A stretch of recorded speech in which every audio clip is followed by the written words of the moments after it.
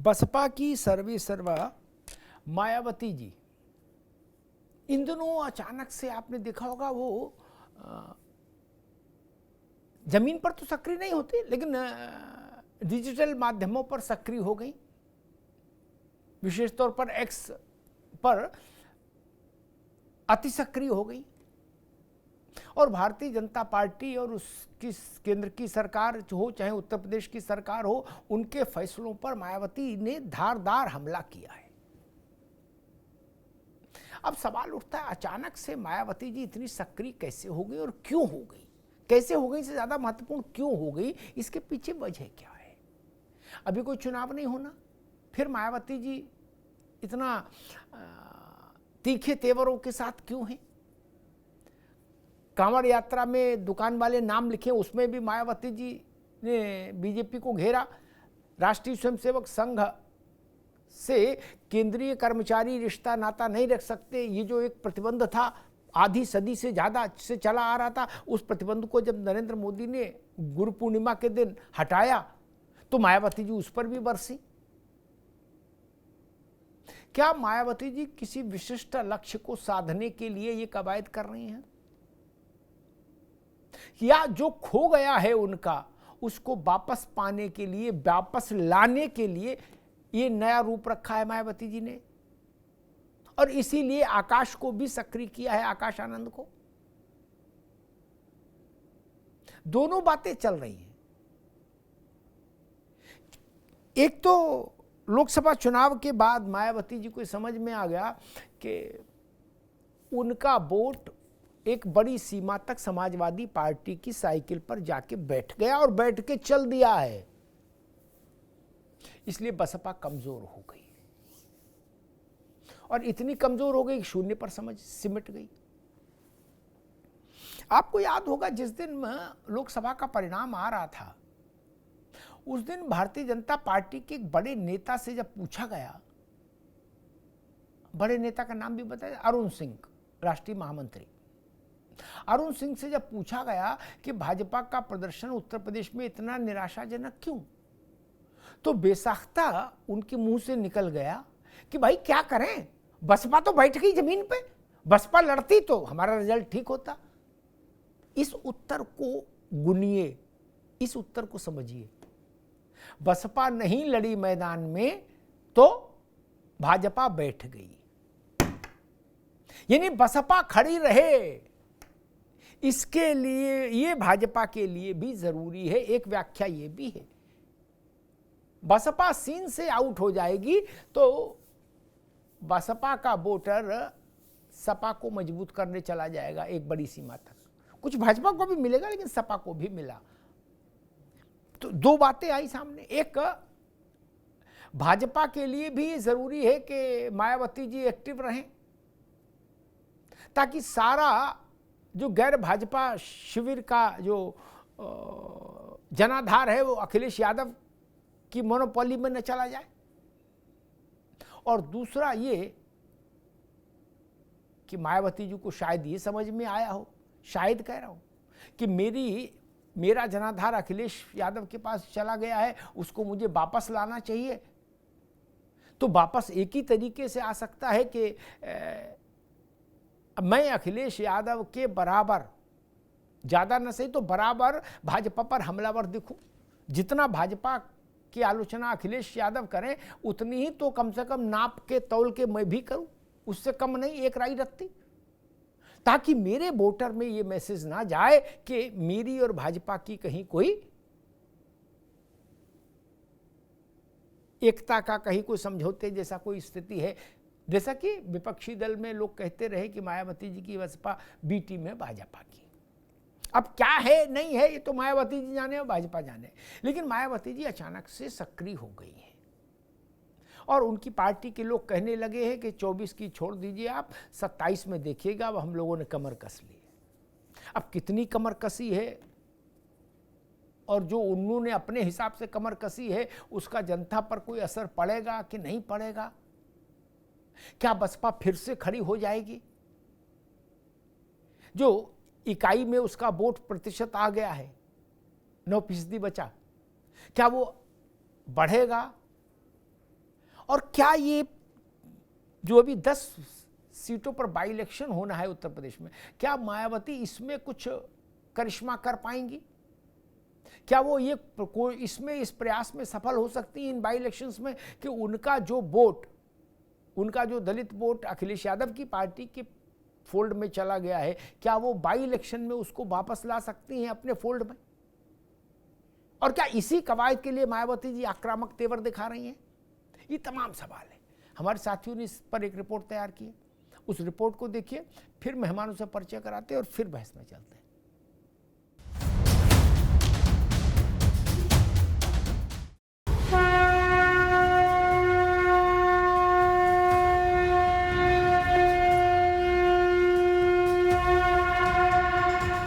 आज से 58 वर्ष पूर्व भी कांग्रेस पार्टी ने ऐसी ही एक ऐतिहासिक भूल करी थी, जिसका सुधार आज श्री नरेंद्र मोदी जी की सरकार ने किया है।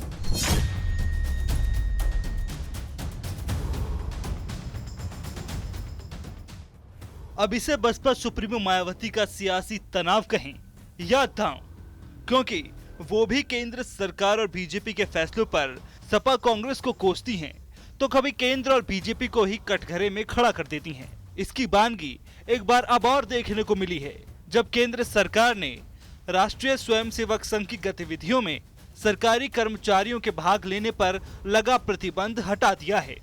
बस फिर क्या, मोर्चे पर आई मायावती ने कहा कि सरकारी कर्मचारियों को आरएसएस की शाखाओं में जाने पर 58 साल से जारी प्रतिबंध को हटाने का केंद्र का निर्णय देश हित से परे, राजनीति से प्रेरित संघ तुष्टीकरण का निर्णय, ताकि सरकारी नीतियों और इनके अहंकारी रवैयों आदि को लेकर लोकसभा चुनाव के बाद दोनों के बीच तीव्र हुई तल्खी दूर हो। इतना ही नहीं, मायावती ने इसे तुरंत वापस लेने की मांग भी की। हालांकि मायावती के साथ साथ कांग्रेस ने भी केंद्र के इस फैसले पर ऐतराज जताया है।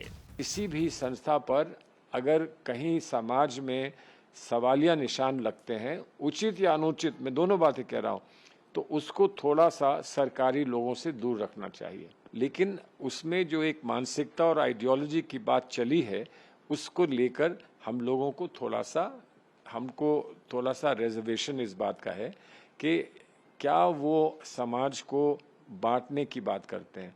और ये फिर वही प्रश्न आ जाता है कि कहाँ पर आप कम्युनल हो जाते हैं और कहां कम्युनलिज्म को आप नेशनलिज्म से जोड़ देते हैं। बसपा और कांग्रेस ने घेरा तो बीजेपी के नेता भी मजबूती से सरकार के फैसले की व्याख्या करते दिखे। हम सब जानते हैं, आरएसएस ऐसा संगठन है जिसने हमेशा देशभक्ति को आगे बढ़ाया है, जिसने हमेशा देश निर्माण का कार्य किया है।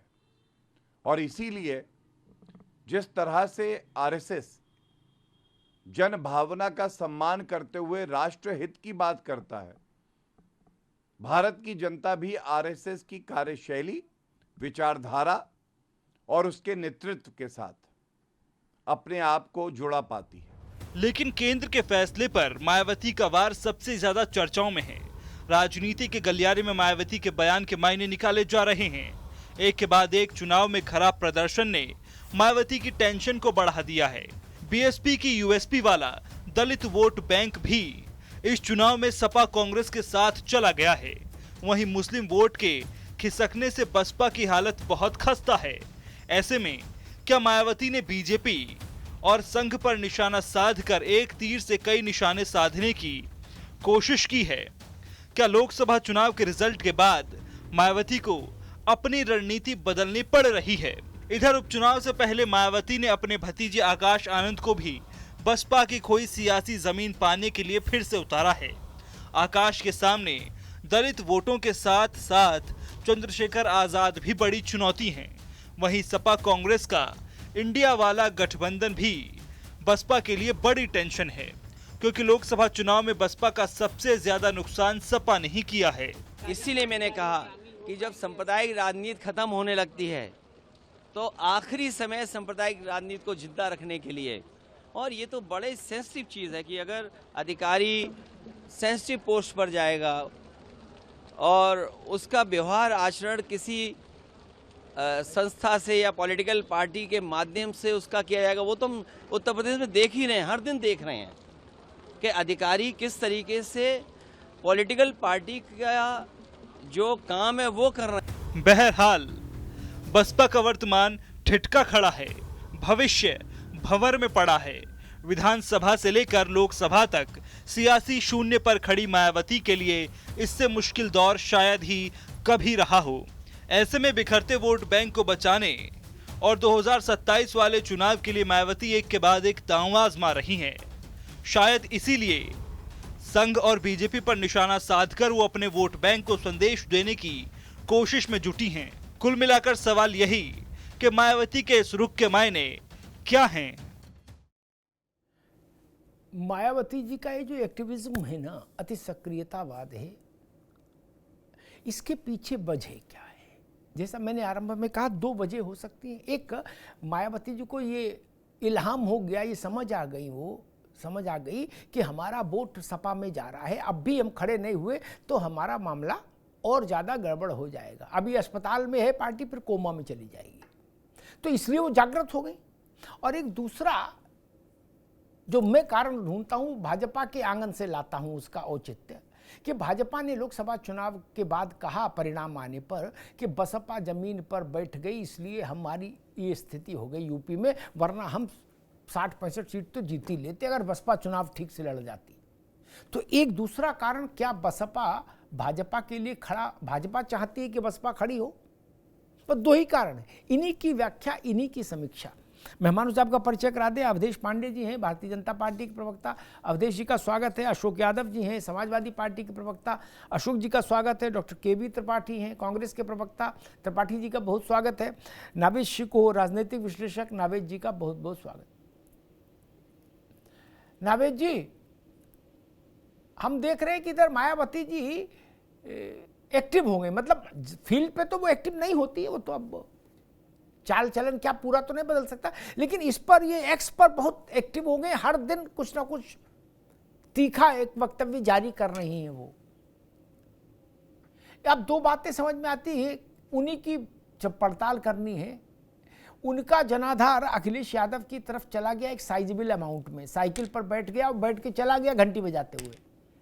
क्या ये उससे उसको वापस लाने के लिए एक्टिव है, या बसपा उत्तर प्रदेश में खड़ी रहेगी, ठीक ठाक रहेगी, मजबूत, थोड़ी भी मजबूत रहेगी तो भाजपा को लाभ होगा, इसलिए भाजपा चाहती है कि बसपा खड़ी रहे?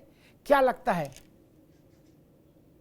जी देखिए, दोनों स्थितियों में अगर देखा जाए तो सबसे पहले तो इस बात की समीक्षा होना चाहिए कि बसपा की इतनी बुरी स्थिति हुई क्यों। अगर बसपा 10 साल में इतनी बुरी स्थिति में आ गई है, उसके दो कारण है। उसका वोट बैंक दलित आधार है उसका, और सपोर्टिंग में है मुसलमान इसलिए नाराज हो गया, उसको लगा भारतीय जनता पार्टी यानी सरकार के खिलाफ आक्रामक होकर लड़ नहीं रही है बहन जी, और उनको लगने लगा ये बी टीम है, तो मुसलमान उनसे कट गया। हर चुनाव में उनका वोट कम होता रहा, मुस्लिम वोट, और वो कहती भी रही कि मुसलमानों ने हमारा साथ देना छोड़ दिया है, हमें वोट नहीं देते हैं। और दलित वोट बैंक जो उनका कमजोर हुआ और भाजपा के साथ चला गया, और फिर उसके बाद लोकसभा चुनाव में थोड़ा वोट जो है वो इंडिया गठबंधन यानी कांग्रेस और समाजवादी पार्टी के साथ आ गया। दलितों की नाराजगी मायावती से नहीं थी, अपनी पार्टी से नहीं थी, जिसको वो अपनी पार्टी समझते हैं। बस इस बात की नाराजगी थी कि बहन जी यानी बसपा अब वो आक्रामक होकर लड़ाई में उतरती ही नहीं है। जिस तरीके से लड़ना चाहिए, जिस तरीके से सत्ता के सामने आंखों में आंखें मिलाकर लड़ना चाहिए, आवाज बुलंद करना चाहिए, वो सॉफ्ट हो गई हैं और वो सत्ता में आने की कोशिश ही नहीं कर रही है। इसलिए दलित समाज को लगा कि हमें कोई ना कोई वैकल्पिक छतरी तो चाहिए होगी। कुछ वो भाजपा के साथ में थे, कुछ छटा के आ गए समाजवादी पार्टी और कांग्रेस के साथ में। तो अगर बसपा यानी बहन जी आक्रामक होती है, इसी तरह से विधानसभा चुनाव तक सत्ता के खिलाफ लड़ती हैं, बयान देती हैं, रैलियां करती हैं, दलितों की के हक की लड़ाई की बात करती हैं, जातिगत जनगणना की बात करती हैं, ये सारी बातें अगर करती है तो इसमें कोई शक नहीं है कि बसपा का दलित वोट बैंक वापस होगा। हाँ, ये जरूर है कि मुसलमान अभी शायद नहीं आए, क्योंकि एक धारणा बहुत मजबूत हो गई है कि ये कहीं ना कहीं भाजपा को हराने की कोशिश नहीं कर रही है। धीरे धीरे अभी मुसलमानों का साथ शायद मिले, अभी फिलहाल नहीं मिले, लेकिन दलित अगर वापस होता है तो इसमें इसका मतलब खुशफहमी में भारतीय जनता पार्टी को नहीं रहना चाहिए है कि भाजपा को इसका फायदा हो जाएगा। भाजपा के पास जो बचा कुचा वोट है वो भी वापस आ सकता है, और जो इंडिया गठबंधन के साथ जा रहा है वो भी वापस आ सकता है। इसमें किसी का कोई फायदा और किसी का कोई खास नुकसान नहीं होगा। और अगर त्रिकोणीय मुकाबला होता है विधानसभा के, त्रिकोणीय मुकाबला इसलिए हो सकता है कि बसपा के पास में विधानसभा चुनाव का एक बहुत बड़ा एक हथियार यह है कि इंडिया गठबंधन दलित चेहरा नहीं पेश कर सकता है। मुख्यमंत्री के लिए चेहरा कौन पेश करेंगे? कोई वो दलित, वो अखिलेश यादव के अलावा कोई चेहरा पेश होगा नहीं। और वहां पर एक इस तरह की धारणा बनाई जाती है कि भाई अगर आप ये चाहते हो, दलित समाज ये चाहता है कि बहन जी यानी एक दलित नेता सत्ता में एक बार फिर आए और उत्तर प्रदेश के दलित समाज के लिए काम करे, तो इसमें वो प्लस पॉइंट होगा। और त्रिकोणीय मुकाबला भी अगर हो जाता है तब होगा जब बहुत जबरदस्त तरीके से भाजपा से लड़ती रहेंगी इधर 2 साल तक, 2.5 साल तक।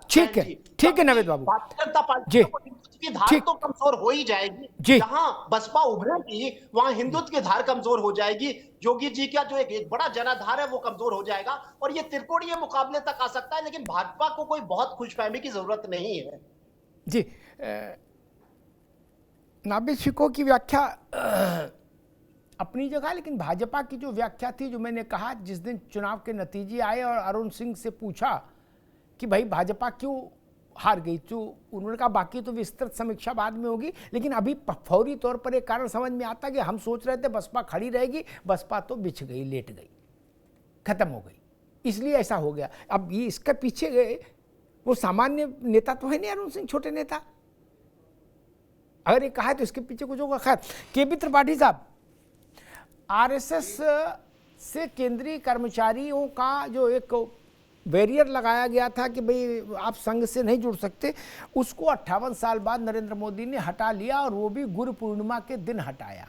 दिन का भी महत्व है, गुरु दक्षिणा, गुरु पूर्णिमा के दिन गुरु दक्षिणा दी जाती है। उसका विरोध जितना अखिलेश यादव ने जिस भाषा में किया और कांग्रेस ने किया, उससे ज्यादा तीखे शब्दों में बहन जी उतर आई मैदान में। त्रिपाठी जी। बिल्कुल अमिताभ जी, आपकी पूरी रिपोर्ट देखी और आप सुधी पत्रकार चीजों को बहुत स्पष्ट रूप से रख देते हैं। बहुत क्लियर है कि पूरी गतिविधि से स्पष्ट हो रहा कि मायावती जी बी टीम का काम कर रहे हैं, जो लोग हम चुनाव के समय भी कह रहे थे और आज भी उसे कह रहे हैं। अरे वो तो करिए, आरएसएस पर प्रतिबंध लगा दो डबल, आप कह रहे बी टीम। उन्हें पता है कि उनके कहने से आरएसएस और भाजपा को मजबूती मिल रही है, क्योंकि उनका विरोध हम लोग करेंगे तो उतना जो कर रहे हैं वो लोग मानते हैं कि ये तो हर बात विरोध करते हैं। मायावती से विरोध कराए जाने का एक पक्ष, दूसरा जो आपने अरुण सिंह जी वाला कहा, ये गलतफहमी है भाजपा की, जो वो ये सोच रही है कि बसपा लड़ती तो शायद वो जीतते, और इसीलिए वो दोबारा से मायावती जी को फ्रंट पे लाने की कोशिश कर रहे हैं। लेकिन आज दलित समुदाय समझ चुका है कि कहां पर हमें संरक्षण प्राप्त हो रहा है। बाबा साहब का बनाया हुआ संविधान, जिससे हम इतनी लंबी यात्रा करके यहां तक पहुंचे, आज उसको खत्म करने की बात हो रही थी कि आप नाम लगाइए, पट्टियां लगाइए, आपने वो डिबेट कराई, लेकिन आज क्या हुआ? आज फिर सुप्रीम कोर्ट ने कह दिया कि नहीं, ये नहीं होगा। दरअसल देश संविधान से चलेगा, संविधान के हिसाब से चलेगा। आरएसएस की जो आइडियोलॉजी, उससे ये देश नहीं चलेगा। और चाहे भाजपा, मैं आपको आज बड़ी ईमानदारी से कह दूं अमिताभ जी, अभी दूर की कौड़ी लगेगी कि भारतीय जनता पार्टी आज हर जगह अपना जनाधार खोती जा रही है, इसलिए वो ये सेल्फ गोल मारने वाला काम कर रही है कि मायावती जी को उठाना, इनको लाना, आरएसएस पे प्रतिबंध हटाने से। कर्मचारियों की भर्ती आप कर लो तब तो प्रतिबंध हटाओ और उनको जाने दो, कर्मचारी ही नहीं बचे हैं, 70% पद खाली हैं, जरा उन पे भी ये विचार कर ले पार्टी। लेकिन ऐसे झुंझुनों से अब कुछ नहीं होने वाला है, जमीन खिसक चुकी है और परिणाम सामने दिखा। जी ठीक है, मैं अशोक जी के पास चलूँ, लेकिन 2 टिप्पणियां मुझे लगता है करना चाहिए मुझे।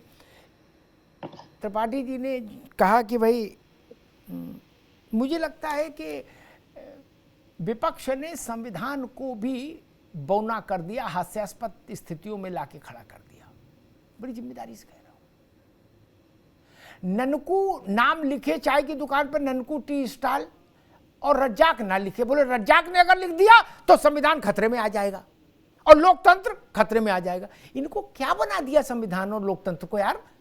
चूहा बना दिया। अजब मजाक है। अजब वहां नाम नहीं लिखेंगे, ठीक है। त्रिपाठी जी भी खुश हैं, कह रहे सुप्रीम कोर्ट ने भी कहा, इसने भी कहा, सबने कहा, ठीक है। लेकिन खैर मैं उस बहस में नहीं जाऊंगा कि उपभोक्ता संरक्षण कानून के तहत हैं, या खाद्य सुरक्षा कानून के तहत राज्य फिर आदेश जारी कर सकता है, ठीक, उस पर कोई रोक नहीं है।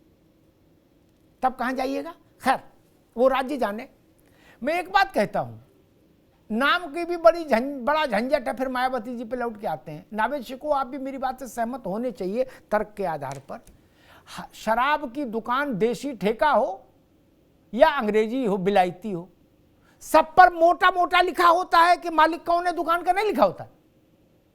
वहां संविधान मस्त है, लोकतंत्र खाया पिया है, माला पहने खड़ा है वहां संविधान और लोकतंत्र ना। अजब तमाशा है, बोले मुजफ्फरनगर में नहीं लिखने देंगे, क्यों? बोले वहां संविधान रहता है, फर्रुखाबाद में नहीं रहता संविधान। पूरे देश में दारू के ठेके पर मोटा मोटा लिखा होता, अनुज्ञापी लाइसेंस धारक अशोक यादव, फलाना ढिकाना, जो भी नाम हो। क्या नहीं लिखा होता? क्या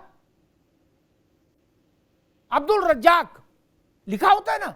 वहां कांग्रेस सपा वाले कब जाएंगे संविधान की कॉपी लेके? जाना चाहिए, राहुल जी और अखिलेश जी के नेतृत्व में जाना चाहिए, और साथ में त्रिपाठी जी को ले जाओ, अशोक जी को ले जाओ। क्या कि संविधान को खतरे से बचाना है।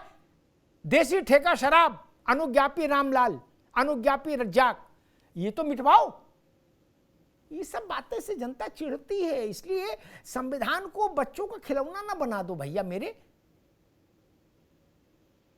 और एक दूसरी बात जो कही त्रिपाठी जी ने, वो मैं कहूं कि राष्ट्रीय स्वयंसेवक संघ का कर्मचारियों से अलग रहना, अभी सलमान खुर्शीद भी वही कह रहे थे। राष्ट्रीय स्वयंसेवक संघ क्या है क्या नहीं है वो एक विषय है बहस का। दूसरा तथ्य ये है कि राष्ट्रीय स्वयंसेवक संघ के तैयार किए हुए स्वयंसेवक देश चला रहे हैं, प्रदेश चला रहे हैं, राष्ट्रपति के पद पर है, राज्यपालों के आसनों पर विराजमान है। किसी बात कर रहे हैं आप? कोई अस्पृश्य संगठन है क्या? अस्पृश्य है क्या? पॉलिटिकल अनटचेबिलिटी रखेंगे क्या? बोले चपरासी नहीं जा सकता उधर।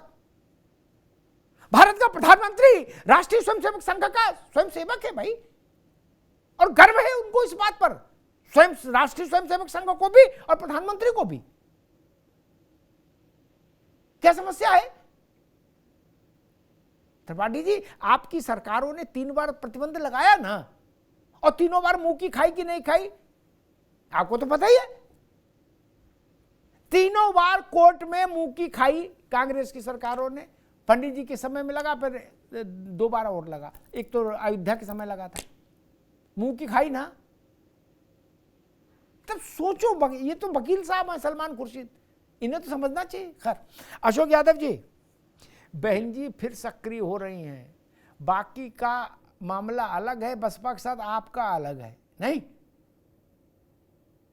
कांग्रेस तो अभी उत्तर प्रदेश में सीएम की दावेदारी कागज पर कर सकती है, लेकिन प्रैक्टिकली तो सोच भी नहीं रही क्या कि भाई कोई स्थिति अभी बननी है 10-5 साल। 3 ही दावेदार बनते हैं, अखिलेश यादव, योगी आदित्यनाथ और मायावती। अभी तक वो थोड़ा नेपथ्य में थी बहन जी, वो फिर सक्रिय हो गई हैं, और उन्हीं मुद्दों पर सक्रिय हुई हैं। एक तो नाम वाले पे, कांवड़ वाले पे, और दूसरा आरएसएस वाले पे, जो मुद्दे आपकी यूएसपी थे अशोक जी, उन्हीं पे बहन जी भी खेल रही हैं अब। अमिताभ जी देखिए, 1984 14 अप्रैल को बसपा का स्थापना हुई, उसके बाद से लेकर के आज तक बसपा कभी इतना कमजोर नहीं थी जितना कमजोर इस लोकसभा चुनाव में, इसके पहले विधानसभा चुनाव में। क्यों कमजोर हुई? क्योंकि जो इस तरह से गिरगिट वाली चाल जो चलती है, कभी नीला कभी हरा कभी बैगनी कभी केसरिया, जो कलर बदलती रहती है बसपा समय समय पर, वो जनता जानती है कि ये क्यों ऐसा हो रहा है। और खास तौर से दलित समाज इस बात को पूरी तरह से मतलब इस बात को जान गया है कि जो बर्ताव बसपा का इस लोकसभा चुनाव में रहा 2024 में, उस बर्ताव से दलित समाज हो, चाहे माइनॉरिटी समाज हो, या जो भी समाज के लोग हों, सबको ये बात का 100% गारंटी हो गई कि बसपा भाजपा की बी टीम की तरह बिहेव कर रही है। आप देखिए, जब पूरा विपक्ष एक तरह से इंडिया गठबंधन के बैनर तले इस देश की लोकतांत्रिक व्यवस्था और संवैधानिक व्यवस्था को बचाने के लिए सड़कों पे संघर्ष कर रहा था, लाठियां खा रहा था, जेल जा रहा था, उस समय बसपा की भूमिका क्या थी? लगातार इंडिया गठबंधन के लोग बहन जी से बातें करते रहे कि आप आइए, इस गठबंधन में आपकी जरूरत है, लेकिन बहन जी नहीं आई। ये दलित समाज नहीं जानता है कि आज 10 साल हो गए, 11 बात चल रहा है। बहन जी तो भाई देखो, जितनी हमारी समझ है बसपा की, बहन जी केवल उसी गठबंधन में जा सकती जहां वो प्रधानमंत्री पद की उम्मीदवार बने, ठीक, या यूपी का मसला हो तो मुख्यमंत्री का। वो सेकंड कुर्सी तो लेती नहीं कभी। बातें आपने खड़पुड़ी रख के उनके घर भिजवाई बाइने में, हम मानते हैं, लेकिन कभी ये कहा बहन जी से कि बहन जी आ जाओ, आपको मेरी कसम प्रधानमंत्री पद की उम्मीदवार होंगी? खड़गे से बुलवाते, खड़गे से बुलवाते ना आप, ये तो वो सोचती। आप तो जानते हो बहन जी ऐसी किसी मंच पर नहीं बैठती जिसमें उनकी कुर्सी कम से कम 6 इंच ऊंची ना हो। नावेद गलत तो नहीं कहा? बाकी सब बातें कहानी है, उनसे कुछ नहीं होना कि हमने ये कहा, हमने वो कहा। क्या इंडिया गठबंधन ने मायावती जी को प्रधानमंत्री पद का ऑफर दिया था, हाँ या ना अशोक जी? देखिए अमिताभ जी, इंडिया गठबंधन ने किसी भी नेता को प्रधानमंत्री पद का अपने उम्मीदवार घोषित नहीं किया था। वो किसी में नहीं है। अब आप कहोगे किसी में है, तो फिर मैं उदाहरण दे दूंगा वो किसी में कैसे नहीं है।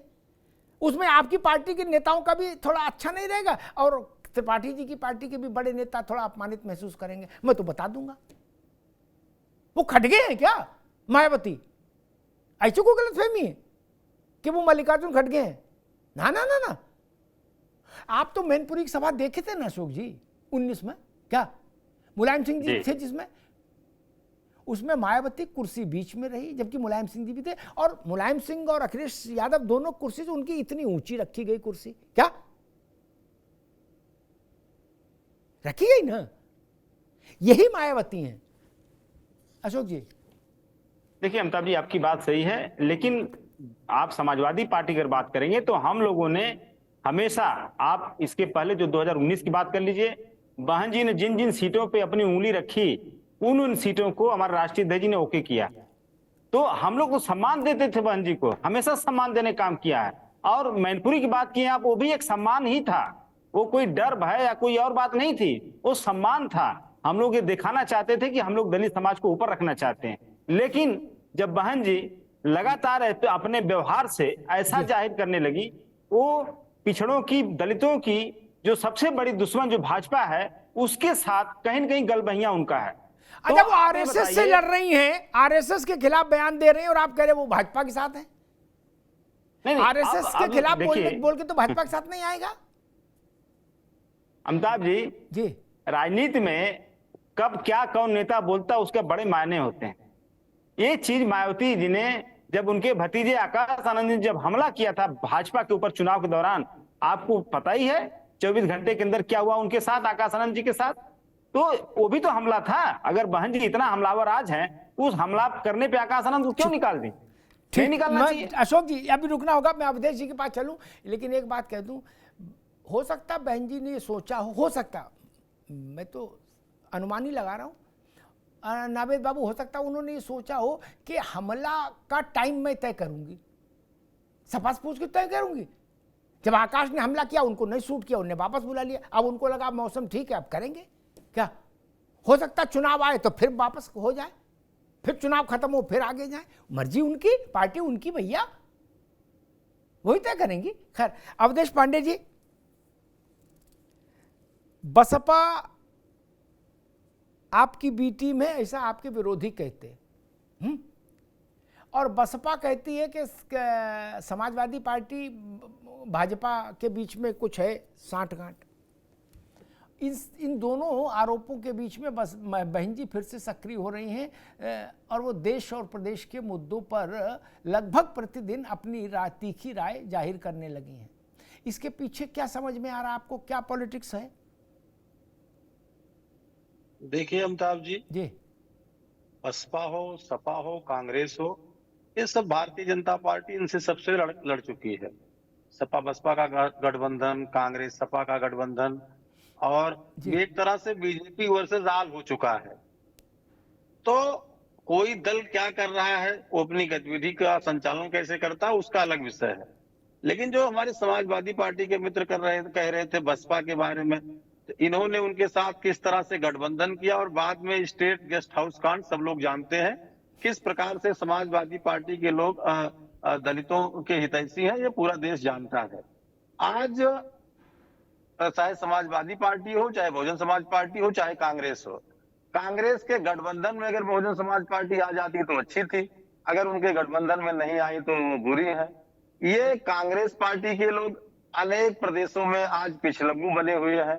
13 प्रदेश ऐसे हैं जहां इनका शून्य आधार है, 0 बटा सन्नाटा। इसके बावजूद भी ये किसी के ऊपर चढ़ करके, जैसे पैरासाइट बनने की एक होड़ होती है, उसी होड़ में कांग्रेस लगी हुई है। ये जरूर है कि बहुजन समाज पार्टी चुनाव में आई और उसने अंतिम में अपने नेशनल कोऑर्डिनेटर को हटा करके, अपरिपक्व को कहा करके, और पुनः एक बार उनको जिम्मेदारी दी है। वो आगे देखना होगा कि बहुजन समाज पार्टी किस प्रकार से उत्तर प्रदेश के अंदर काम करेगी। जहां तक ये संघ पृष्ठभूमि की बात है, तो ये संघ की जो हमारी संस्था है, सामाजिक और राजनीतिक जो इसका अभियान है, ये व्यक्ति निर्माण से लेकर राष्ट्र निर्माण तक की बात करने वाला है संघ का संगठन है। और इसमें कोई भी व्यक्ति स्वेच्छा पूर्वक, जिसके मन में व्यक्ति निर्माण की भावना हो और व्यक्ति निर्माण से लेकर के राष्ट्र निर्माण का विचार जिसके अंदर हो, देशभक्ति, राष्ट्रवाद जिसके अंदर हो, कोई भी जाकर के संघ की शाखाओं में जा सकते हैं। और आप तो जानते हैं, बहुत वरिष्ठ पत्रकार है जवाहरलाल नेहरू जी ने, लाल बहादुर शास्त्री जी ने भी संघ के स्वयंसेवकों को बुला करके और बाकायदा उनकी प्रशस्ति की है।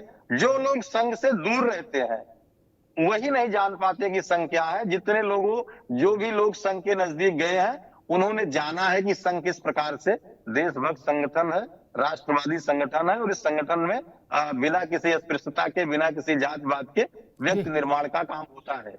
ये जो प्रतिबंध हटाया गया है, बहुत ही सराहनीय पहल है। और लगातार 2-3 बार इस पर प्रतिबंध लगा, और आपने ही कहा कि जो लोग, जिन लोगों ने प्रतिबंध लगाया उनको मुंह की खानी पड़ी, कोर्ट ने प्रतिबंध हटाया। तो आज के परिप्रेक्ष्य में जब संघ पर प्रतिबंध हटा है, तो एक प्रकार से व्यक्ति निर्माण से राष्ट्र निर्माण की जो भावना है वो प्रबल हुई है। और जो भी लोग देशभक्त हैं, जो भी लोग भारत माता की जय कहते हैं, जिन लोगों को भारत माता में विश्वास है, भारत की जय से प्रसन्न होने वाले लोग हैं, ऐसे सभी लोगों को प्रसन्न होना चाहिए। लेकिन अब कुछ लोगों के पेट में दर्द है। ठीक है अवधेश जी, ठीक है। मैं 1 मिनट में कांग्रेस से प्रश्न, ठीक है अवधेश भाई, रुकना होगा। एक प्रश्न कांग्रेस से लूंगा, लेकिन उससे पहले एक बात भाजपा के लिए कहूंगा।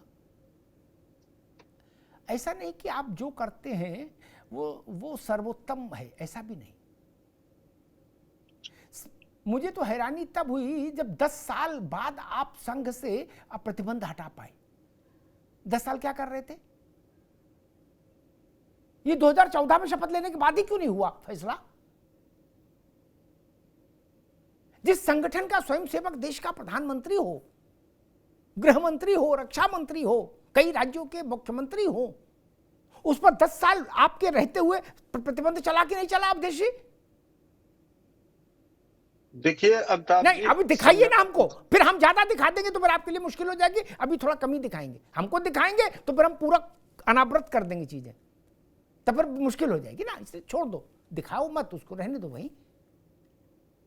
फाइल वहीं थी आपके पास, कागज वही था जिसे आप रिवोक किया तीसरे टर्म में। पहले टर्म में हो सकता था रिवोक, उसमें को पार्लियामेंट में जाना था, नहीं ना। भारतीय जनता पार्टी की सरकार हो और संघ प्रतिबंधित रहे 10 वर्ष तक, ये ठीक नहीं। त्रिपाठी जी, भाजपा कह रही है कि अगर आपके मन में भी राष्ट्र निर्माण और व्यक्ति निर्माण और राष्ट्र प्रेम है तो आप भी संघ में आ सकते हैं, आपका भी स्वागत है। अब क्या समस्या है? अमिताभ जी, अभी हमारे साथी प्रवक्ता जो कह रहे थे, मैं सुन रहा था कि भारत माता की जय कहना, इनको शायद ज्ञान भी नहीं है कि भारत माता जय का कॉन्सेप्ट कहाँ से आया। अगर जो पंडित जवाहरलाल नेहरू की डिस्कवरी ऑफ इंडिया पढ़े तो उसकी पहली लाइन यहीं से शुरू होती है कि भारत माता की जय, किसे हम मानते हैं भारत माता।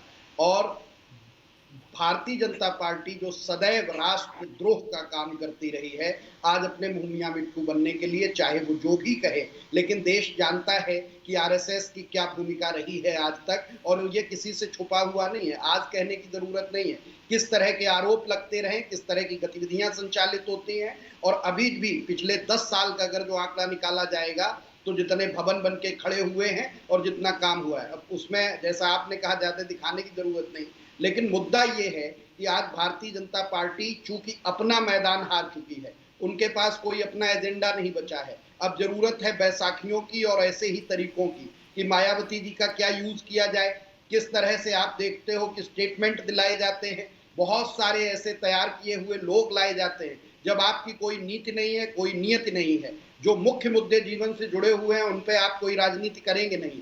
आपने भी सही प्रश्न लगाया कि 10 साल क्यों नहीं हो पाया, क्योंकि उसे तो चुनावी एजेंडे के तौर पे लाना है। अगर जो इस बार भी 240 पे न टिके होते तो इनको अपना भी मात्र संगठन याद नहीं आता। ये अपनों के ही नहीं होते हैं, यही तो हम कह रहे हैं। ये किसी के नहीं हो सकते, ये देश के नहीं हो सकते, ये जनता के नहीं हो सकते। आज बजट आया, आज क्या हुआ है? सिर्फ और सिर्फ छलावा, धोखा, ऐसी धोखे और झूठ से भरी हुई पार्टी। त्रिपाठी जी अभी रुकना होगा। एक सवाल नावेद जी से लूंगा, फिर अशोक जी के पास चलूंगा। मैं तो समझ नहीं पाता, कांग्रेस में भी कुछ मेरे ख्याल से अध्ययनशील लोगों को रखा जाना चाहिए कांग्रेस में अंदर बोलने बताने के लिए। पूछिए क्यों? खड़गे जी से कहलाया कि ये जो बजट है भाजपा मोदी सरकार का, ये कांग्रेस के मैनिफेस्टो की नकल है क्या? और अगली लाइन में कहलवाया ये बकवास है। जब आपकी नकल है तो बकवास कैसे हो गया? इसका मतलब आपका भी बकवास था। जाने कौन आदमी आधी नींद में लिख के दे देता है पर्ची क्या? जब हमारी नकल है तो ये तो ना बोलो कि बकवास है। नावेद जी गलत कह रहा। कम पैसे पे आदमी रखोगे वो ऐसे ही लिख के देंगे। जितनी नकल है उतना ठीक ठाक मेहनताने पे आदमी रखती कांग्रेस तो कम से कम ठीक बात बताते। लेकिन कर नावेद को मैं एक बात नहीं समझ पाता, जिस संगठन के स्वयं सेवकों को इस राष्ट्र ने अपने जनादेश के जरिए पद सौंपे, सरकारें सौंपी, उस संगठन के बारे में हल्की टिप्पणी एक। भारत जो भी लोग भाजपा को वोट देते हैं, चाहे 14 में दिया, 19 में दिया या आज दिया, या राज्यों में, वो सब जानते हैं कि भारतीय जनता पार्टी का मात्र संगठन राष्ट्रीय स्वयंसेवक संघ है। इसमें कोई छुपाव की बात नहीं, इसमें कोई दुराव की बात नहीं। उसके बाद भारत जनादेश दे रहा है ना, फिर ये बात कैसे हो जाती है कि संघ ऐसा है, संघ वैसा है, उस पर ये आरोप तो सब पर लगे। जितने लोग सार्वजनिक जीवन में सब पे आरोप लगे, जितने संगठन सार्वजनिक जीवन में है, कांग्रेस से लेके लोक दल तक, सब पर आरोप है। आरोप का क्या मतलब नावेद को? ये बात समझ में नहीं आती है। वो एक संगठन है और उस संगठन का एक हिस्सा भाजपा जरूर है, लेकिन आपके सामने जिसकी सत्ता है, जो आपका प्रतिद्वंदी है, वो भाजपा है। आप भाजपा की आलोचना करिए, भाजपा की सत्ता की आलोचना करिए। आपको संघ पर इस तरह तीखी टिप्पणी नहीं करना चाहिए। और ये वही संघ है जिसके बारे में विपक्षी दल ये भी कह रहे हैं कि संघ और भाजपा के बीच में तलवारें खिंच गई हैं, दोनों में खटपट है, दोनों के विचार टकरा रहे हैं, भागवत जी और मोदी जी में लड़ाई चल रही है। तो अगर ऐसा हो रहा है तो फिर आप वैसा क्यों कह रहे हैं? ठीक है, आपको उससे क्या मतलब? आपको सत्ता के सामने सवाल खड़े करने, आपका ये काम है। आपका किसी संगठन के बारे में टिप्पणी करने का क्या मतलब है? पहली चीज। लेकिन मैं एक बात अमिताभ जी ऐसी कहने जा रहा हूं, शायद वो दूर तलक जाए, और वो मैं समाजवादी पार्टी के शायद काम की बात हो, लेकिन इस वक्त अशोक यादव जी नाराज हो जाएंगे, समाजवादी पार्टी नाराज हो जाएगी, और शायद अखिलेश यादव जी भी मेरी बात सुनकर नाराज शायद हो जाए, लेकिन उनको नाराज नहीं होना चाहिए। देखिए सिनेरियो क्या है, लोकसभा चुनाव हुआ, एनडीए ने सरकार, तीसरी बार नरेंद्र मोदी प्रधानमंत्री बन गए। लेकिन इसके पीछे भाजपा के लिए कड़वी सच्चाई यह है कि भाजपा कमजोर हुई, खासतौर से उत्तर प्रदेश में बहुत सीटें कम हो गई। ये पता चला कि दलित समाज का एक बड़ा हिस्सा भाजपा से नाराज हो गया है, और वो बसपा के पास इसलिए नहीं आया क्योंकि बहन जी चुनाव मजबूती से नहीं लड़ रही थी, जीतने की इम्कान कम थी, किसी गठबंधन में नहीं थी, और वो इंडिया गठबंधन के साथ आ गया। इंडिया गठबंधन और समाजवादी पार्टी की सीटें बढ़ गई। लेकिन ये बात तय हो गई कि दलित नाराज है। और दलित की धारणा क्या है? दलित की ये धारणा कि भारतीय जनता पार्टी ने हमें क्या दिया? राष्ट्रपति बनाया सबसे बड़े पद पर, लेकिन उससे हमें कुछ फायदा नहीं, हमारे समाज को। उसने हमें फ्री में राशन दिया और फ्री में शौचालय दिया, यानी फ्री का राशन खा के फ्री के शौचालय में चले जाए। इस तरह हमारा समाज आगे नहीं बढ़ पाएगा। हमारे बच्चों की पढ़ाई को आगे बढ़ाइए, आरक्षण दीजिए, उनको आईएएस बनाइए, उनको मुख्य सचिव बनाइए, उनको मुख्यमंत्री बनाइए। हम ऐसे पद पर ले जाइए जहां पर हमारे समाज का भला हो सके। राष्ट्रपति से काम नहीं चलेगा, फ्री के राशन से, फ्री के शौचालय से काम नहीं चलेगा। ये धारणा है और दलित समाज चाहता है कि ऐसे पदों पर हमारे समाज के लोग बैठे जिससे हमारा समाज की भलाई हो। मतलब मुख्यमंत्री बने, मुख्य सचिव बने, प्रमुख सचिव बने, आईएएस बने, डीएम बने। ये उनकी धारणा खुल के आई और इसी से वो भाजपा से नाराज हो गए। वो कुछ इंडिया गठबंधन के साथ भी आ गए, कुछ बसपा के साथ भी हैं। देखिए यहां पर खेल क्या हो रहा है, मैं एक चीज याद दिलाना चाहता हूं। कांग्रेस के ऊपर हमेशा एक इल्जाम लगता रहा और किसी हद तक वो बात सच भी थी कि कांग्रेस एक परिवार की पार्टी है। वो नेहरू परिवार की पार्टी है, वो सोनिया गांधी की है, वो राहुल गांधी की है, वो प्रियंका गांधी की है, और इसका मतलब कुछ नहीं है। लेकिन इस इल्जामों से निकलने के लिए कांग्रेस ने बहुत कुछ त्याग दिया। उसने कहा ठीक है, हम राष्ट्रीय अध्यक्ष हमारे परिवार का कोई नहीं बनेगा, हमने दलित चेहरा बना दिया, खड़गे जी को बना दिया। हमारे सोनिया जी जब प्रधानमंत्री बन सकती थी, नहीं बने। राहुल बन सकते थे, नहीं बने। ठीक है नावेद बाबू, से निकलने के लिए प्रधानमंत्री की दावेदारी में भी राहुल का नाम नहीं आएगा। कांग्रेस ने यह त्याग दिया और इस त्याग को स्वीकार करना पड़ेगा। अखिलेश यादव भी त्याग दे दे।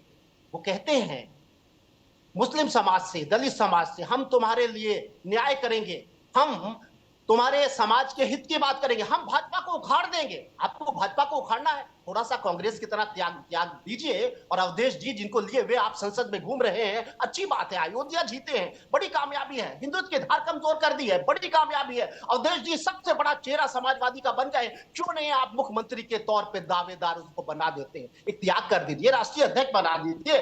दलित समाज तो यही चाहता है, ये नहीं चाहता है कि झुंझुना बनाया जाए, शोपीस बनाया जाए। ठीक है नावेद बाबू, अभी रुकना होगा, अभी रुकना होगा। अखिलेश यादव जी प्रोजेक्ट कर दे, कोई नहीं हरा पाए। ठीक, लेकिन त्याग देना पड़ेगा। नहीं, अशोक जी से सवाल लिया, अशोक जी ने सुन लिया, वो उत्तर देंगे।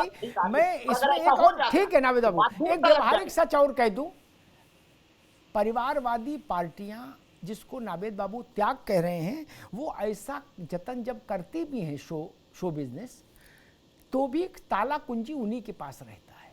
क्या नावेद बाबू ने कहा ये नाराज हो जाए, मैं तो ज्यादातर ऐसे ही बोलता हूँ, मेरे भाग्य में ये लिखा सब नाराज ही होते हैं। तो एक बात और कहूँ, पूरी सम्मान और विनम्रता के साथ, खड़गे जी अध्यक्ष हैं कांग्रेस के, लेकिन गांधी परिवार को छोड़कर गांधी परिवार का कोई अध्यक्ष नहीं होता। प्रियंका जी लड़ेंगी, बोले ये प्रियंका जी से हम लोग निवेदन करेंगे, वो बताएंगी क्या? वहां से इसी ने अध्यक्ष नहीं चलेगा क्या? खड़गे जी भी जानते हैं और हम भी जानते हैं और त्रिपाठी जी भी जानते हैं। क्या नाम था उनका, अरे जो लोकसभा में आगे, नरेश उत्तम पटेल। नरेश उत्तम पटेल टेक्निकली अध्यक्ष थे प्रदेश के, क्या? लेकिन प्रैक्टिकली वो क्या थे, अशोक जी भी जानते, हम भी जानते। गलत कह रहे? मान लीजिए नावेद की बात सुन के अखिलेश जी आज फैसला कर भी दे कि किसी को राष्ट्रीय अध्यक्ष बना दे, क्या? तो फैसले वो करने लगेगा क्या नावेद बाबू? ऐसी गलतफहमी मुझे नहीं है, क्या? अरे नीटू से भी मिलना मुश्किल हो जाएगा राष्ट्रीय अध्यक्ष का, क्या? कहां चक्कर में पड़े हो? अशोक जी गलत तो नहीं कह रहा? हमने देखा है ना, प्रदेश अध्यक्ष को तो हमने देखा ही है। अभी वो इलाहाबाद वाले पाल हैं अध्यक्ष प्रदेश के, कौन जानता है? आपने उनको कभी देखा मंच पर फोटो खिंचाते या कोई निर्णायक बाइट देते हुए? नहीं ना। इसलिए परिवारवाद में ये डीएमके स्टालिन की जगह अपने किसी भी कारकुन को बना दे अध्यक्ष, ममता बनर्जी किसी को अध्यक्ष बना दे तो वो टीएमसी चला लेगा? नहीं, टीएमसी ममता जी और अभिषेक ही चलाएंगे। मुख्यमंत्री बना मायावती जी अभी मान लीजिए मन की मौज हो, किसी दिन सो के उठे, किसी को नेशनल कोऑर्डिनेटर पार्टी के बाहर, परिवार के बाहर को बना दें, लेकिन उसको फैसला तो इन्हीं से पूछ के करना होगा। इसलिए मैं इसे टोटकों में विश्वास नहीं रखता। जब तक खड़गे जी में ये साहस मैंने देख लूं कि राहुल गांधी इसके पीछे, मैं बात कर रहा हूं, बीच में मत बोलो, पीछे, उस दिन मैं मान लूंगा। उन्होंने क्या कहा था राज्यसभा में, खड़गे जी ने, विनम्र व्यक्ति हैं, बुजुर्ग व्यक्ति हैं, उन्होंने कहा कि मुझे बनाने वाली ये बैठी हैं, सोनिया जी के लिए कहा क्या?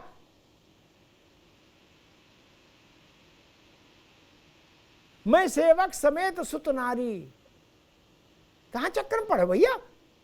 ना ना, खैर अशोक जी, नावेद शिको कह रहे हैं कि जो त्याग कांग्रेस ने किया वो अखिलेश यादव को कर देना चाहिए, पीडीए और मजबूत हो जाएगा।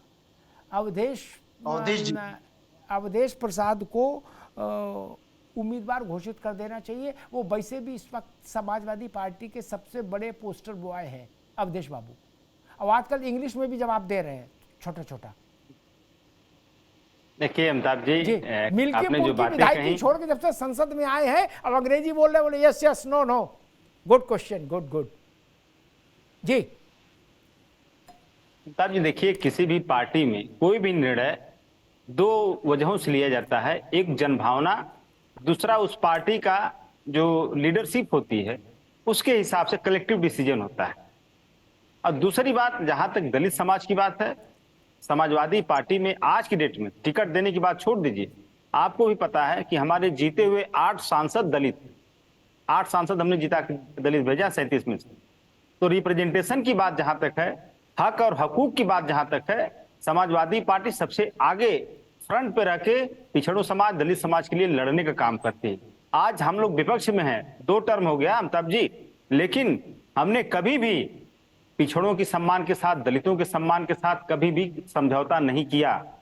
हमेशा लड़ते रहे, लाठियां खाई, जेल गए, लेकिन हमेशा पिछड़ों दलितों की बात करते रहे। आज अगर कोई खड़ा है पिछड़ों के सामने, दलितों के सामने छतरी बन करके, तो समाजवादी पार्टी है। आप बताइए, नॉट फाउंड सुटेबल की बात कौन उठाता है? यही समाजवादी उठाता है। लेटरल एंट्री की बात कौन उठाता है? समाजवादी उठाता है।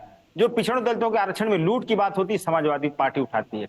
लेकिन दूसरी बात मैं आपको बता दूं, अभी चूंकि आप अगर अलाउ करें 10 सेकंड में आरएसएस पे बोल दूं, आपने कई बात लंबा, जी जी देखिए, आपने कहा राष्ट्र निर्माण, राष्ट्र निर्माण। अमिताभ जी, इस राष्ट्र के जो तिरंगा है उसका अपमान करके राष्ट्र निर्माण कैसे हो सकता है?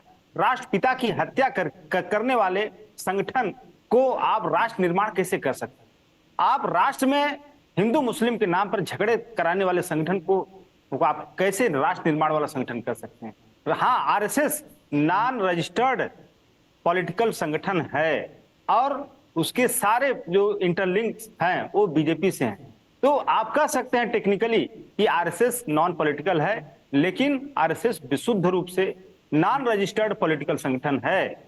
और इस बात को जो चूंकि बैन हटाया गया, आपने बहुत अच्छा सवाल किया कि 10 साल से क्या कर रहे थे, तो एक मैं शब्द होता है राजनीति में, मैं एक अहंकार और एरोगेंस को झलकाता है और हम एक विनम्रता को झलकाता है। तो मैं शब्द जो है मोदी सरकार के अंदर आ गया था। इसी मैं शब्द में मतलब मोदी है तो मुमकिन है, मोदी सरकार, भाजपा गई तेल लेने, तो मैं शब्द की वजह से सारी चीजें हो रही थी। अब उनको लगा कि अगर हम बैन नहीं हटाएंगे, मिथ है, अगर हम बैन नहीं हटाएंगे तो हम खुद हट जाएंगे। इस डर से उन्होंने हटाया होगा, वो उनका इंटरनल मामला है। लेकिन जो बैन लगाया गया था वो जो नियम के तहत लगाया गया था कि जो central civil services conduct act 1964 के तहत वो बैन लगाया गया था। अब वो बातें कोर्ट में गई, क्या हुआ क्या नहीं हुआ वो अलग बात है, लेकिन जो मोदी सरकार है ये मय में जीती है और अहंकार में जीती है। जनता ने मैं अब अवधेश जी के पास आऊं, उससे पहले एक बात मुझे समझ में आती है कि भाई अशोक जी ने कहा कि समाजवादी पार्टी पिछड़े और दलितों के लिए लड़ती है केवल इकलौती। नावेद जी ने उसको एक दूसरा डायमेंशन दिया था, उन्होंने कहा था कि दलित और पिछड़े जो है वो शोकेसिंग से प्रसन्न नहीं होंगे, उन्हें वो पद चाहिए जो निर्णय, जिसके पास ताकत हो। ठीक, हम नावेद की बात से चलो सहमत हो जाते हैं। जब से देश आज़ाद हुआ तब से लेके आज तक पिछड़ा प्रधानमंत्री 3 टर्म केवल भारतीय जनता पार्टी ने दिया है, बाकी किसी ने नहीं। 50% आबादी है देश की पिछड़ों की। अब प्रधानमंत्री से बड़ी तो कुर्सी कोई नहीं है। ये बात अशोक जी को समझनी चाहिए, नावेद बाबू को भी। नहीं नावेद जी, अब इससे बड़ी तो कोई कुर्सी नहीं। अब भारत की पार्टी अमेरिका के राष्ट्रपति तो बना नहीं सकती किसी को, क्या कि चौकुर्जी से इटावा से किसी पिछड़े को उठाए और वो सीधे अमेरिका के राष्ट्रपति बना दिए, तो संभव नहीं। भारत का प्रधानमंत्री 3 दफे पिछड़े समाज का व्यक्ति, ये केवल वन एंड ओनली भाजपा का के समय में हुआ। ये काम जवाहरलाल जी कर सकते थे, नहीं हुआ। जवाहरलाल जी के बाद सत्ता की थोड़े समय के लिए लाल बहादुर शास्त्री के पास आई। मैं उनको जात में नहीं बांधना चाहता, लेकिन शास्त्री जी कायस्थ थे, सवर्ण थे। उसके बाद उनकी बिटिया आ गई, फिर बिटिया का बेटा आ गया, फिर नरसिंह राव आ गए, मनमोहन सिंह आ गए, और तीसरी धारा वाले देवीगौड़ा को लाए, गुजराल को लाए, चंद्रशेखर रहे, विश्वनाथ प्रताप रहे, चरण सिंह रहे, पिछड़ा कोई नहीं रहा। क्या इस सच को स्वीकार नहीं किया जाना चाहिए अशोक बाबू? भारत की सबसे बड़ी कुर्सी पर अगर पिछड़ा बैठा है, वो भी 3 बार, क्या इससे बड़ा रिप्रेजेंटेशन और कुछ हो सकता है? राष्ट्रपति के लिए तो हम नावेद की बात मान लेते हैं, भाई राष्ट्रपति राज्यपाल बनाने को अच्छा है, लेकिन बहुत ज्यादा कुछ वो फैसले नहीं कर सकते।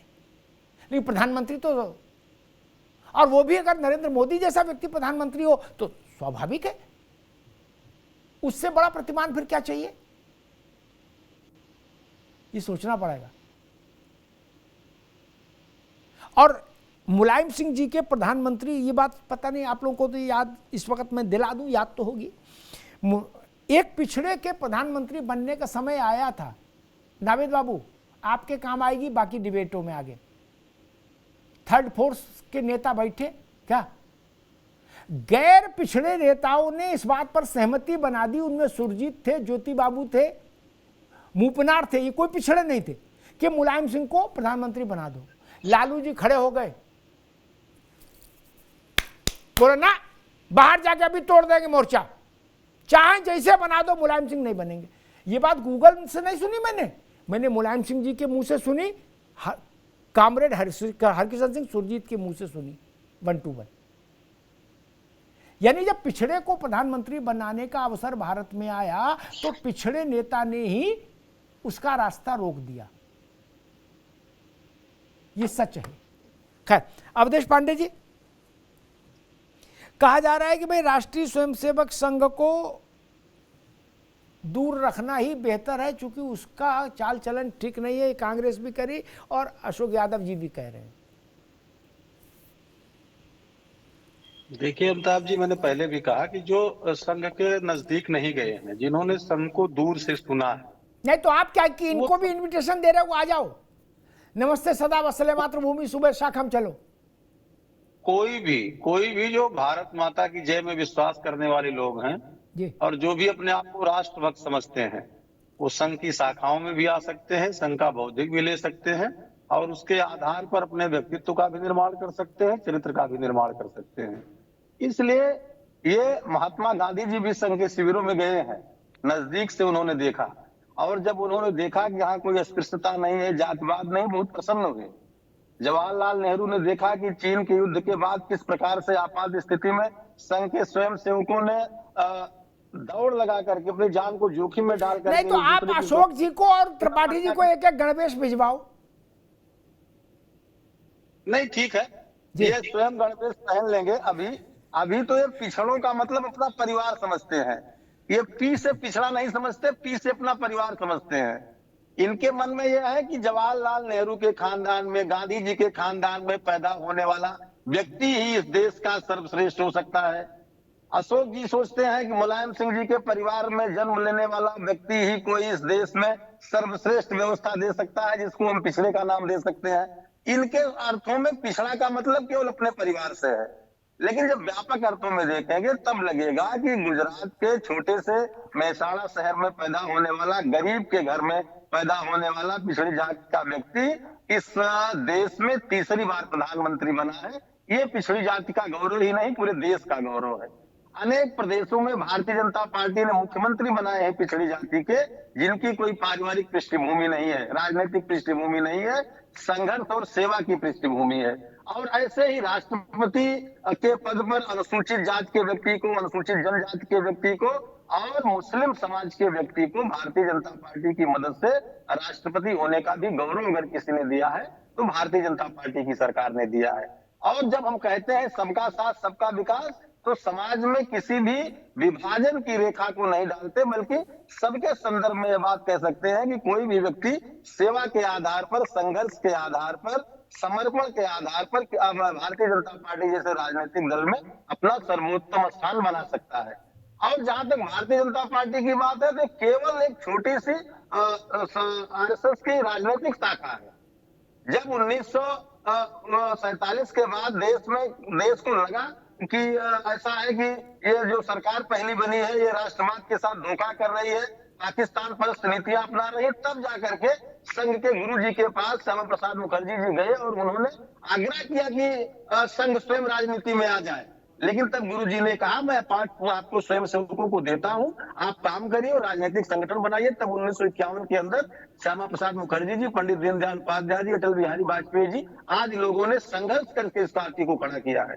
तो इसलिए जो लोग संघ को भी नहीं समझते वही लोग इस पर आक्षेप लगाते हैं। वो तो कई मुस्लिम जमातें उलेमा तक में किससे कंपेरिजन करने लगते हैं। संघ के लोग भी नजदीक आवे, संघ के संपर्क में आवे और अपना व्यक्ति निर्माण भी करें, उसी से राष्ट्र निर्माण की तरफ आगे बढ़े। ठीक, हम तो यही कहेंगे। ठीक भाई, इनको फिर जिन जिन को आप नजदीक लाना चाहते हैं उनको एक एक ध्वज और डंडा और गणवेश भेजो, भले ही तो भेजो, तब तो शाखा लगाएं। खैर, ये भारत की जो तीसरी धारा की राजनीति है, इसके दो प्रतीक पुरुष हैं बड़े, लोहिया जी और लोकनायक जयप्रकाश, जेपी। जयप्रकाश बाबू ने एक बार कहा, ये अशोक जी आपको सुनना चाहिए, कांग्रेस को नहीं, क्योंकि कांग्रेस को तो वो हरा ही दिए थे जेपी, तो कांग्रेस का तो उनसे ऊपर से फूल माला चढ़ा देंगे, अंदर से तो ऐसा ही है। क्योंकि गांधी परिवार जानता है कि जयप्रकाश जी ने हमारी लुटिया डुबोई थी, इंदिरा गांधी की। लेकिन आप लोगों का तो उनके साथ संपर्क रहा, आपके पुरखों का। जयप्रकाश बाबू ने कहा कि अगर संघ फासिस्ट है तो जेपी भी फासिस्ट है। गूगल में ढूंढने मिल जाएगा। अब अशोक यादव ये कहने की हैसियत ना तो अखिलेश यादव की है ना लालू यादव की है कि जयप्रकाश छोटे थे हम बड़े, ऐसा तो कोई नहीं बोल सकता ना।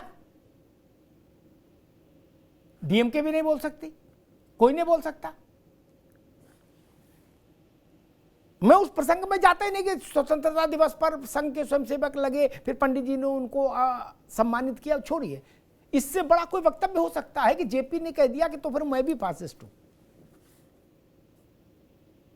ये बात कांग्रेस को समझ में ना आए, समझ आती है, आपको तो आनी चाहिए। दूसरी बात पिछड़ों की आई। नावेद भाई ने कहा कि पिछड़ों को सजावटी पद नहीं चाहिए। जनसंघ से लेके भाजपा तक, जनसंघ से लेके भाजपा तक उत्तर प्रदेश में जिस दिन भारतीय जनता पार्टी के पास शक्ति आई सरकार बनाने की, उसने पिछड़े के बेटे को मुख्यमंत्री नामित किया। उसका नाम था कल्याण सिंह। किया कि नहीं किया? लालजी टंडन को बनाया था? नहीं। राजनाथ को बनाया था? नहीं। पहला मुख्यमंत्री कौन बना इस परिवार से उत्तर प्रदेश में? कल्याण सिंह। उनसे बड़ा कोई पिछड़ा नहीं दिखता है क्या? और ये जो पीडीए है आज का और इंडिया अलायंस, जिसमें लालू जी कांग्रेस के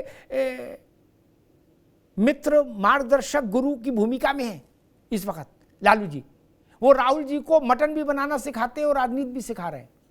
दोनों काम एक साथ कर रहे हैं लालू जी। उन्होंने मुलायम सिंह यादव के रास्ते में रोड़ा अटकाया था कि नहीं अटकाया था? एक पिछड़े ने दूसरे पिछड़े को प्रधानमंत्री बनने से रोका कि नहीं रोका? ये बात तो इतिहास में है भाई, आप लोग गूगल से पढ़ लो। मुझे तो मुलायम सिंह जी ने बताई और हरकिशन सिंह सुरजीत ने बताई, मैंने छापा। अब किस मुंह से कहेंगे पिछड़े की बात? पिछड़ा तो प्रधानमंत्री तभी बन रहा था अशोक जी। एक यादव ने दूसरे यादव को प्रधानमंत्री बनने से रोक दिया। आज रिश्ता हो गया, ठीक बात है, तब तो हमें पता कैसा हुआ था दृश्य। और मध्य प्रदेश में भारतीय जनता पार्टी ने 15 वर्षों से अधिक, शायद 20 वर्ष 15 वर्ष जो भी हुए, 3 बार से ज्यादा समय तक पिछड़े वर्ग का मुख्यमंत्री रखा कि नहीं रखा, एक ही शिवराज सिंह। नावेद बाबू, ये सब चीजें भी पिछड़ों को समझ आती हैं, ऐसा नहीं है। भारतीय जनता पार्टी के पास राष्ट्रपति मनोनीत करवाने के 2 अवसर आए तय करने के अपने दम पर।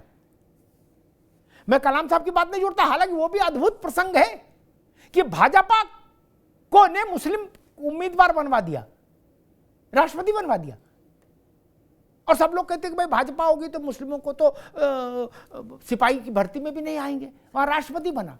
खैर, 2 अवसर आए जब अपने दम पर राष्ट्रपति वो बनवा सकते थे। एक दलित के बेटे को अवसर दिया, एक आदिवासी की बेटी को अवसर दिया। ये छोटी बात है नहीं ना? क्या कांग्रेस ऐसा कर सकती थी कि वो इंदिरा गांधी की जगह कामराज को दे देती कुर्सी? नहीं ना, वो दलित थे। जगजीवन राम को दे सकती थी कुर्सी, बड़े नेता थे, पंडित जी के साथ पहली मंत्रिमंडल में थे। नहीं। क्या कांग्रेस ने ऐसा किया कि इंदिरा गांधी से कहते कि भाई आप 2 बार हो लिए, अब तीसरी बार रहने दो, अब जगजीवन राम या और किसी को दे दे? क्या? नहीं ना। पंडित जी तीसरी बार भी हुए तो पंडित जी हुए, कह सकते थे कि भाई एक ब्राह्मण कितनी बार रहेगा? नहीं। आप तो पीडीए की राजनीति करते हैं, जाति की, तो जाति की राजनीति में भी तो आंकड़े आएंगे। भाजपा ने कुल कितने वर्ष शासन किया अभी तक? मेरे ख्याल से अभी तक 15 हुआ, 16, 6 साल वाजपेयी जी के और 10 नरेंद्र मोदी के। क्या 16 साल में 16 साल में 10 साल पिछड़े वर्ग का प्रधानमंत्री। आप कांग्रेस ने कितने प्रधानमंत्री हुए, उसमें कितने हैं पिछड़े? उसमें कोई पिछड़ा नहीं, कोई दलित नहीं। तब ये सब विषय हैं, और मुझे लगता है कि बहुजन समाज पार्टी का जहां तक प्रश्न है ना, बहुजन समाज पार्टी की मुख्य लड़ाई समाजवादी पार्टी से ही रहेगी, ये जान लीजिए। उनकी एक राजनीति शास्त्र के कुछ विद्यार्थी ऐसा कहते हैं, कुछ विद्वान ऐसा कहते हैं कि किसी भी राज्य में नावेद बाबू जो 2 नंबर की पार्टी बनने की जो लड़ाई जिन दलों के बीच में होती है ना, उनमें मित्रता कभी नहीं होती, और अगर मित्रता है भी तो फर्जी है, वो टूट जाएगी। क्या? एक गिरेगा तभी ना दूसरा नंबर 2 होगा। अब सपा नंबर 2 है तो मायावती जी की सपा के से ही लड़ाई रहेगी। पहले सपा से जीतेंगी तब ना भाजपा से लड़ेंगी। डायरेक्ट तो भाजपा से लड़ाई हो नहीं रही उनकी, अभी तो 0 पे है पार्टी। तो मेरा मानना यह है कि पहला टारगेट उनका यह है कि जो एक उनका वोटर साइकिल, आप ये अशोक जी अपनी साइकिल ले आए, मायावती जी का वोटर खड़ा था मेड़ पे, इनने घंटी बजाई, बोले आजा मेरी साइकिल पे बैठ जा, और लेके निकल लिए। अब मायावती जी उसको वापस लाने के लिए ये प्रयास कर रही हैं। आएगा नहीं आएगा ये बाद का विषय है, लेकिन वो सक्रिय हुई हैं। और उन्होंने आकाश आनंद को भी मुझे लगता है शायद इसीलिए सक्रिय किया होगा कि जो अपने लोग चले गए उनको वापस लाए। क्योंकि मुझे लगता है कि कोई भी बड़ा नेता राजनीतिक तौर पर इर्रिलेवेंट, अप्रासंगिक होकर जीना नहीं चाहता। नवेद बाबू, मायावती जी जानती कि आज की तारीख में विधानसभा में 1, विधान परिषद में 0, राज्यसभा में 0, लोकसभा में 0, सब जगह 0 है। आप फिर आपके उत्तर प्रदेश में जिस इलाके से आप कभी चुनाव लड़ी, उस इलाके से चंद्रशेखर जीत के लोकसभा पहुंच गए। ये मायावती के लिए कम झटका है क्या? शायद अब उनको भी समझ में आ गया कि अब नहीं संभले तो हो सकता है अगली बार संभलने की स्थिति भी ना रहे। काशीराम ने जहां से शुरुआत की थी बसपा की, मायावती जी बसपा को लगभग वहीं ले आई हैं। अब अगर एक पैर और पीछे हुआ तो फिर उपयोगिता और उपादेयता ही संकट में आ जाएगी बसपा की। और मुझे लगता है कि अभी जो 10 उपचुनाव हैं अशोक जी, उसमें बसपा की परीक्षा हो जाएगी। बसपा के कहे पर लोगों को कितना भरोसा है, मायावती जी के कहे पर ये 10 बाई इलेक्शंस में पता लग जाएगा।